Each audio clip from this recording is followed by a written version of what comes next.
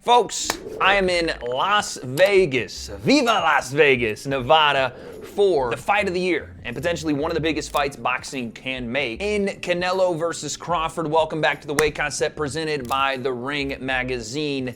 And today I want to start a two-part series that you guys will see today and tomorrow, outlining how each fighter wins this mega fight, because as you've seen everywhere, as the talk has been leading up to this, most people consider this a 50-50 fight, meaning both fighters can win this thing and it may come down to just one or two very small differences. But all week, you're gonna hear different opinions from boxing analysts and fighters and everybody else, and that's what makes this fight so special. Everyone will be talking about it. And speaking of talking about it, before we get into the video, this week I'll be doing a live show at Radio Row for this fight. I've never done that. It's been one of my dreams to do a Radio Row live show for any sort of sport, and having it in boxing for my first one's gonna be amazing. I don't really know too much of what's gonna go down. It's just kind of come across my my schedule, but I know I'm gonna be live Thursday and Friday.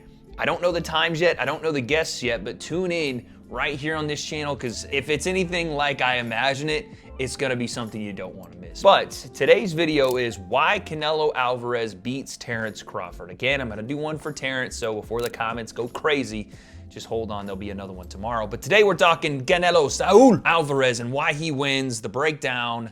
Let's go. Number one, yes, Canelo is the bigger fighter. And what do I mean by that? He is more experienced at 168 pounds, meaning he has fought at the higher weight class for far longer. He has fought some of the biggest names and the most experienced guys at this weight class, 160 and 175 in this era. He has a more natural aptitude for 168 when it comes to his frame, right? Look at Canelo and look at Terence Crawford. Canelo is more of a stockier, shorter, dense, thick boy, however you want to go about it. He's more broad in his shoulders. He carries the weight, it feels like, better at 168. Today, they had their first face-off at the Bellagio, and the fountains were going off. By the way, they were on a floating pedestal. I don't know how that happened. It was Dana, it was Turki Al-Sheikh, it was Canelo, it was Crawford on some sort of floating platform. How did they get out there? Remains to be seen. But you look at that face-off and you see Canelo and Terence are not different in height. Like, Terence might be the taller, I think he is the longer, I think he has like a 3.5-inch reach fighter than Canelo is. And that'll be a factor when we talk about his video tomorrow. But the point is, Canelo just more dense, more solid, and fills into the weight a little better. Now, that is a clear benefit to Canelo, and I want you guys to understand why. He has felt the punches of Kovalev, he's felt the punches of Triple G, he's felt the punches of Dimitri Bivol, who's not a massive power puncher, but he still hit Canelo with a lot of shit at 175 pounds. He has felt and not been at any point really hurt by those power punchers. And even boxers, he's found a way to maneuver past them and end up either hurting them, winning, decisions that are clearly one-sided, or stopping them. That has been Canelo's bread and butter when he's made this move to 168 and 175. And again, I said we're gonna be nuanced, and we are, but one of Canelo's strengths is his strength. It is his power. Even when Canelo was a young lad, a young Canelito, AKA Cinnamon, growing up in Mexico, you hear Eddie Reynoso and Eddie Reynoso's father, who trained Canelo first, talk about how he was a big kid for his age. He was muscled up at 13, 14 when he started boxing in the gyms of Guadalajara. He was knocking out grown men by the age of 15, 16. And I know Terence Crawford was doing the same over in Omaha, Nebraska. My point is, Canelo has always carried some power, carried some strength, carried some devastation in his hands, and that's gone up with him. And I know that people have questioned that, because who really carries that kind of power going up? But Canelo's been able to do it, and people like Manny Pacquiao have been able to do it. Usually you go up, and when you go up in weight, your skill carries the bill, and Canelo has skill, and Manny Pacquiao had skill, but there's still that nasty, nasty power in his hands. And one of the things that we have seen is that Canelo, regardless if he's being outboxed maybe early in fights, or regardless if people have landed on him, look at the Caleb Plant fight, look at the Billy Joe Saunders fight, again, not saying they're the same talent level, but he has found the button at many points of those fights. Even if he's quote unquote being outboxed, he has found the button. The one place that maybe didn't work as well, or two places I would say, were obviously Floyd Mayweather, Dimitri Bivol, and the Triple G fight, because Triple G was just made out of iron just like Canelo is, right? But usually that power carries him through. So one of his strengths is when he downloads, when he does dissect, when he does find the opening, he's able to capitalize in a big way. And all that boxing you did rounds 1 to 6, it may have you up on the scorecards, but it leaves you vulnerable from round 7 to 12 because Canelo's hitting arms, and he's hitting shoulders, and he's hitting ribs, and those arms are getting heavier, and they're falling down, and all of a sudden, here comes a chopping overhand. And it's funny, I said overhand at the end of that sentence, not even meaning to, but it segues to my next point. I think there are some holes in Terence Crawford's defense that Canelo can take advantage of and capitalize on with an overhand. Now let's talk about what I mean here. Number one, Terence Crawford is probably the best skilled brawler in boxing. And I don't mean that disrespectfully. I mean, he'll get in a dog fight with you. This isn't gonna be Canelo William Skull. This isn't gonna be even Canelo Floyd Mayweather, which was a defensive to offensive masterclass from Floyd, right? Walking Canelo into things and countering, but not being there to be hit. Bud Crawford will be there to be hit in this fight, and I don't think he's gonna do a lot of going backward. I wouldn't advise him to do a lot of going backward. You hear Bomac talk, that doesn't seem like that's their game plan. And tomorrow I'll talk about who I think they're gonna try to emulate to get the best of Canelo. But one of the greatest and most highly touted things about Bud Crawford is the fact that he's a switch hitter, right? We talk about him being one of the best switch hitters ever. Now, in reality, Bud Crawford is more of a southpaw fighter than he is an orthodox fighter. He really only goes orthodox if he's looking for that kill shot or if his backhand kind of leads him into the orthodox spot out of southpaw, but usually he stays left-handed. And it's because I think he's better defensively and offensively with his left hand. I do think he is more comfortable countering with his left hand. I do feel like when he's in orthodox, it's mostly just offense, and it gets him into trouble sometimes. But I think for this fight, he will be southpaw. But out of either stance, one of the things that gives Bud problems is an overhand right. And it's usually because of what I talked about a second ago. He is a skilled brawler, one of the most skilled brawlers ever. He will sit in the pocket and look to throw volume. And in the midst of that, sometimes, not on a lot of occasions and very rarely, but sometimes he can be hit. And when he is hit, it lands flush. Let's take a look at the tape if you don't believe me. Sit back. Thinking, look at that right hand. And this is, again, Bud out of southpaw. And this is the point where it always happens. Watch again.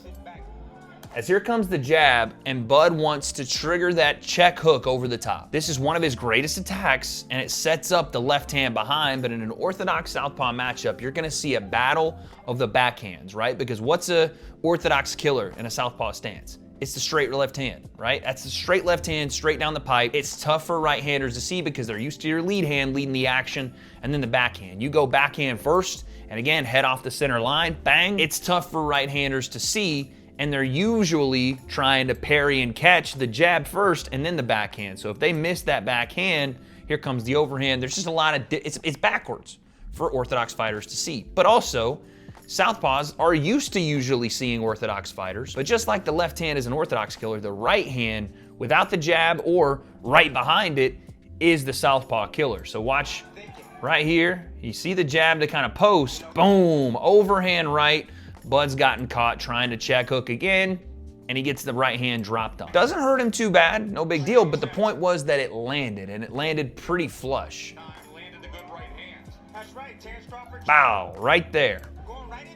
And notice in all these clips, this is Bud being offensive. This is Bud on his front foot. This is Bud looking to walk down his opponent. And honestly, I think they're gonna try to do this to Canelo. And it remains to be seen how well that's gonna work for him. Again, there are some things that I think he can do to capitalize, and we'll talk about that tomorrow. But this is why I don't see Bud looking to go backward much in this fight. Whether it's gonna work or not, I'm not sure, but I expect him to try to maintain position or move forward. And again, you see it here. Overhand. Look at the extension from Bud trying to lean away from the shot, thinking probably it's gonna be a straight right hand off the jab, but it's a feint jab, big overhand over the top. Now here's Sean Porter, who comes in with a gazelle hook, right? Tries to get to range with it and looks for a right hand, and then they break.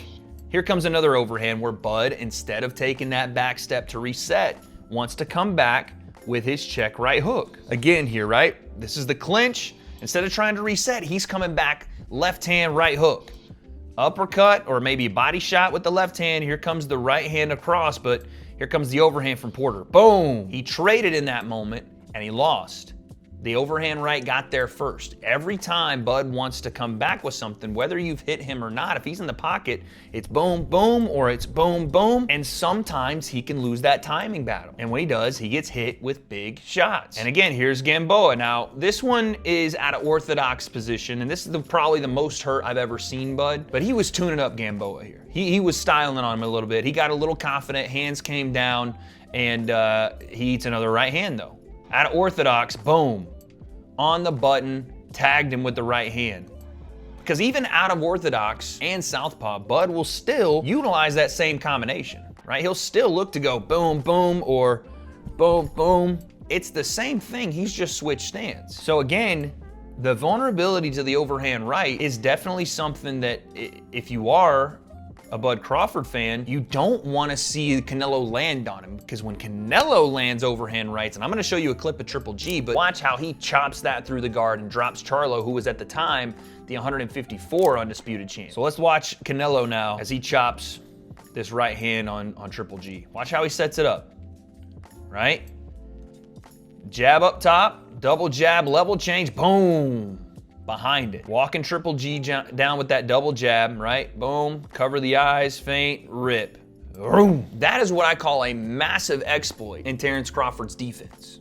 I know he is a great counterpuncher. I know that he uses his angles and he slides off and he gets his head off center and he's able to counter with big time volume and big time power at 140, at 147. But even when you watch this Madrimov fight, and I'll play it here, Madrimov over with the right.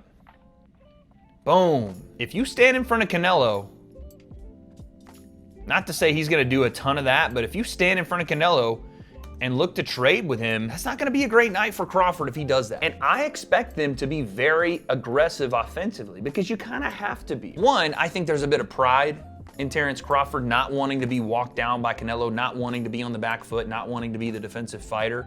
Whereas a guy like Floyd Mayweather didn't really care about that. He was gonna box very slick. He was gonna catch Canelo lean. Canelo was also 23 at the time, bit of a baby, but the point is, Terence Crawford is not, he doesn't fight the same way Floyd does. And I don't expect him to. I expect him to fight more like Dimitri Bivol, Triple G in some of those cases where he wants to bring the action. The problem is, I don't know that he has the chin of Triple G, and I know he's not anywhere close to just the size and frame of Dimitri Bivol, who, by the way, said that Canelo hits harder and throws harder than someone even like Artur Beterbiev. So when I look at this fight, I can see Terence Crawford being the more skilled guy. I can see Terence Crawford landing more punches. In fact, I almost want to predict that that will happen. When we look at the final stats of this thing, if it goes the distance, I think it's going to be a super close fight. But if it doesn't, and Canelo is able to stop Terence Crawford, we're going to look at this and go, damn, Terence was having such good rounds. Almost again like the Billy Joe Saunders fight. He was having such good rounds until he didn't. Right? Until the right hand comes through. And I really think that's going to be the difference maker. If Terence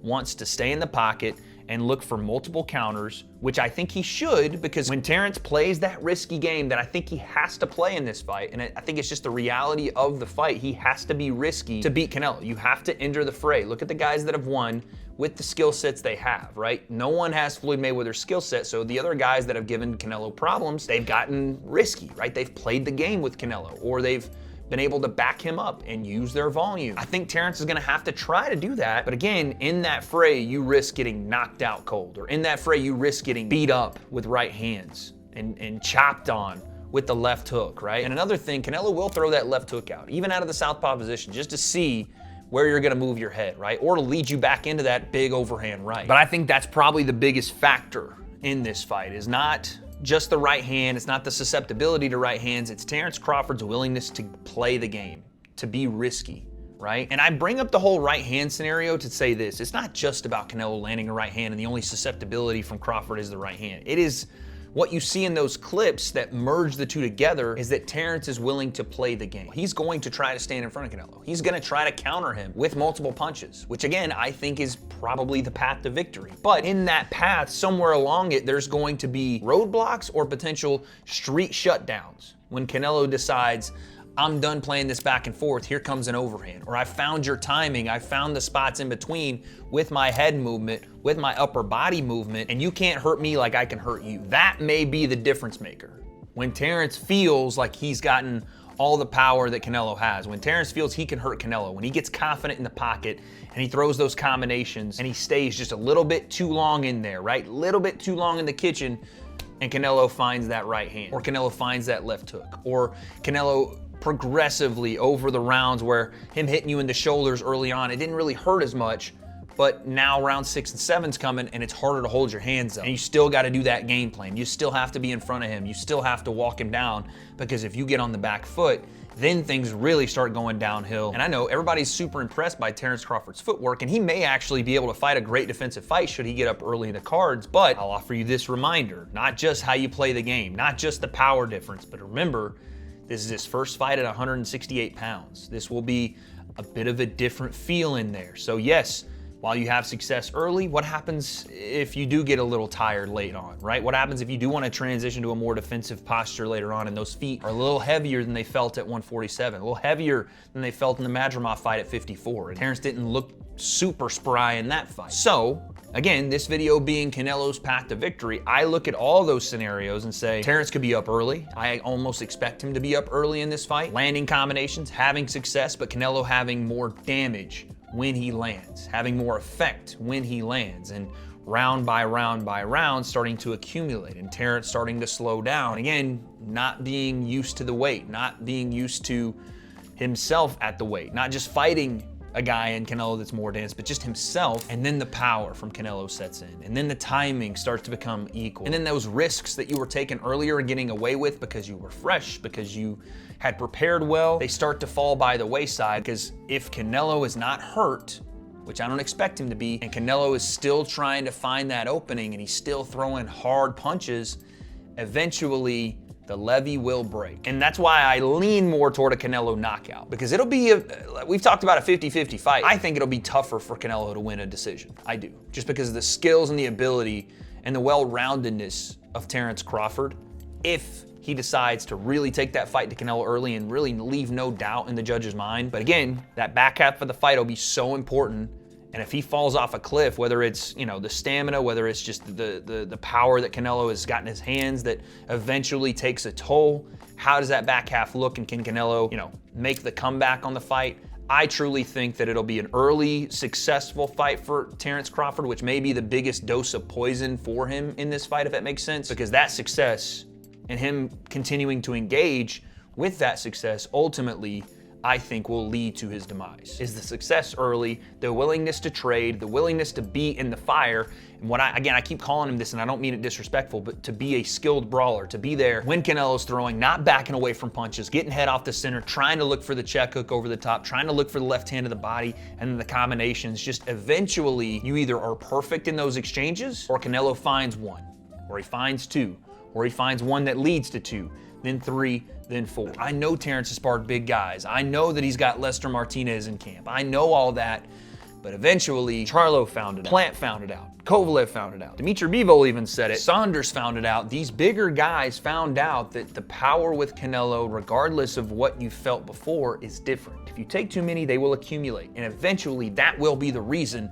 he finds the knockout shot. That, ladies and gentlemen, is how I feel Canelo Alvarez can win this fight. I think it'll be a slower start for Canelo. I think Terence Crawford would have a lot of success early, but eventually playing that game of roulette, right? We're in Vegas, and Terence Crawford gambling that much, risking that much, playing that game of roulette over and over and over. Eventually, Canelo will find the button. And as many right hands as I've seen Terence Crawford take, especially when he wants to trade, especially when he wants to counter over the top of your shots and doesn't look to get out of range, I just think it'll be devastating. To lead off fight week, that is how I think Canelo wins this fight. And you guys know that I am predicting Canelo to win, but it doesn't mean that's how it has to happen. Tomorrow, I'm coming back with a breakdown of how Terence Crawford can win this fight. And honestly, there's a lot of avenues there. This isn't just Canelo land and Terence has no shot. I'm telling you right now, they're calling this a 50-50 fight for a reason. Terence Crawford's skill is far better than Canelo has seen in a very long time. We'll talk about it tomorrow. But let me know what you guys think down below. I already know you guys are gonna slaughter me because, again, you think this is me saying Canelo is going to win and this is the only scenario. That's not what I'm saying. I'm just giving you this video